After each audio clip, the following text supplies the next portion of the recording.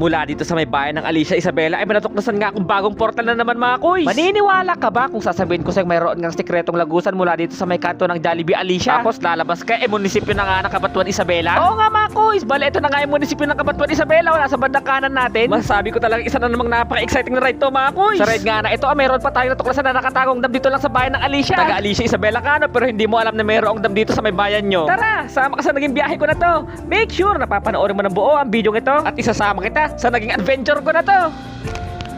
Bali, sisimulan ko na nga yung kwento mula dito sa may Alicia Isabela. Bali, papasok nga tayo mismo sa may likod ng Jollibee. Madalas nga dito nagbababa yung mga bus tsaka mga van. Kaya malamang sa malamang mga kuys, alam nyo, itong tinutukoy ko na kanto na to. Bali, nadaanan na nga din natin yung nagtre-trending ngayon na bilihan ng mga murang karne daw dito sa Alicia. Bali, dire-diretso nga lang to mga kuys hanggang sa nadaanan na rin natin yung ginagawa nilang bagong palengke ng Alicia. May mga taga rito ba na nanonood ng video kong ito? Paramdam naman kayo sa comment section mga kuys. Sa patuloy nating pagmumotor mga kuys, ay nadaanan na rin natin yung welcome signage ng Barangay Linglingay. May mga taga Barangay Linglingay ba na nanonood ng video kong ito? Pa-comment naman ng present mga kuys. Bago nga maglinglingan elementary school ay kakaliwa na tayo sa kanto na to. Bali, dire-diretso lang ulit to mga kuys hanggang sa may makita nga ulit kayong irigasyon. Bali, sa irigasyon nga na yan mga kuys, bali kakana na nga tayo dyan sa may rough road na yan. Kayang-kaya naman mga kuys kasi matigas naman yung lupa dito, walang putik. Depende na lang siguro mga kuys kung tag-ulan kayo papasok dito. Ay talaga mapapalaban kayo. Sa case natin, tag-araw na kaya palag-palag to. Bali, kakaliwa nga tayo parte dito mga kuys. Pag dire-diretso kasi natin yan mukhang dead end na. After nun, dire-diretso lang ulit mga kuys hanggang sa may makita nga ulit kayong Jackson. Bali, kakaliwa nga ulit tayo dito. After nyo nga kumaliwa dito, matatanaw nyo na yung mini dam. At bali, ito na nga pala yun mga kuys. Napuntahan nyo na rin ba itong mini dam na to?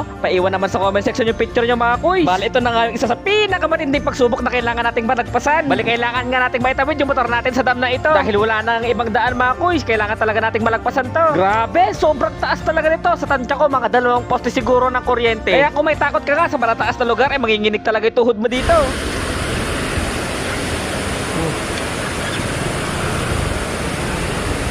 Sa mga laging nagko-comment dyan na gustong sumama sa mga adventure ko, paano na lang kung dadaan kayo dito, sasama pa rin ba kayo sa akin? Saktong-sakto lang talaga isang motor dito. Konting pagkakamali mo lang talaga dito, masasabihan ka ng mga kamag-anak mo na ang bait-bait mo. Dati, nung nabubuhay pa. Pagkalagpas nga natin doon mga kus, ay kumaliwa na tayo. Bali dito nga mga kus, ay tamang survey muna tayo ng dadaanan. Sa totoo lang mga kus, hindi ko talaga alam itong daan na to. Nag-base lang talaga tayo sa may satellite view ng Google Maps. Sabi ko, kaya naman siguro to, basta imipilit nating mata gusto. Kung mapapasin nyo nga mga kus, ay mukhang hindi na talaga dinadaanan to ng mga motor. Sa bagay, mataas naman itong motor natin, kaya-kaya niya to. As long as hindi putikan yung dadaanan, kahit rough road pa yan, kaya yung akitin nito. Bali, ongoing na tayo nagmamotor sa gitna ng kabukiran mga kuys. At ito na nga mga kuys, nakatagos din tayo sa may sementadong daan. Bali, itong sementadong daan nga pala na ito mga kuys, ay nagkokonekta sa Barangay Padad ng Alicia, papunta ng Rizal, Barangay ng Alicia. Bali, kumaliwa nga tayo, pati dito. After nga nun, dire-diretso na lang to. Hanggang sa nadaanan na rin natin yung welcome signage ng Barangay Rizal. May mga taga Barangay Rizal ba na nanonood ng video kong ito? Paramdam naman kayo sa comment section mga kuys. Bali, bago nga mag-eskwelahan mga kuys, ay kumana na tayo sa kanto na ito. Hindi ko lang sure kung ano ba pangalan ng eskwelahan na to. Baka sakaling alam nyo, paiwan naman sa comment section mga kuys. Bali, isang napakahabang dire-diretso ulit to mga kuys. Parte nga dito mga kuys. Kung hindi ako nagkakamali, hindi na nga ito parte ng Barangay Rizal mga kuys. Nakalimutan ko lang kasi kung anong barangay na ulit to. May mga taga rito ba na nanonood ng video kong ito? Patama naman ako ng sinasabi dito mga kuys. Ako mali-mali na. Sa patuloy nga nating pagmumotor mga kuys, ay nakarating na nga tayo dito. Na kung saan mga kuys, ay parte na nga ito ng Barangay Lapas na Cabanatuan Isabela. Mga taga Barangay Lapas dyan, magingay naman kayo sa comment section mga kuys. Bali, kumalan nga ulit tayo sa kanto na to mga kuys. Bali, may nadaanan pa nga tayong bypass road dito mga kuys. Bali, kumaliwa nga tayo, parte dito. Bali, kakanan na nga tayo sa kanto na to mga kuys. Saan kaya papunta yan kapag dire-diretso mo yung daan na yan? Anyways mga kuys, basta mag-focus muna tayo na makatagos doon mismo sa may munisipyo ng Cabanatuan. Bali, kumaliwa nga ulit tayo dito mga kuys. Na kung saan ay parte na nga ito ng Barangay Kanan. Kumaliwa tayo pero Barangay Kanan.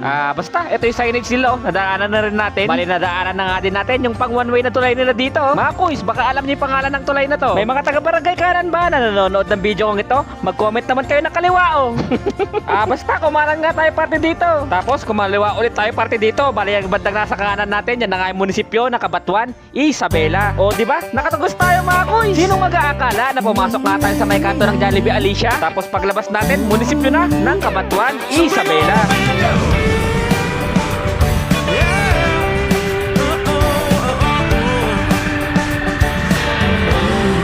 At kung sakali man na umabot ka sa parte ng video ito, baka pwede mo namang i-comment kung taga saan ka para malaman ko naman kung hanggang saan umabot ang video na to. At kung sakali man na hindi ka pa naka-follow, ay sige, okay lang, mag-iwan ka na lang ng like tapos i-share mo na rin itong video na to. At bago nga pala matapos ang video ito, ako nga pala si Kuya Len na nagpapaalala sa inyo na ang takot ay nasa isip lang, na kapag nilabanan mo, doon magsisimula ang tunay na adventure.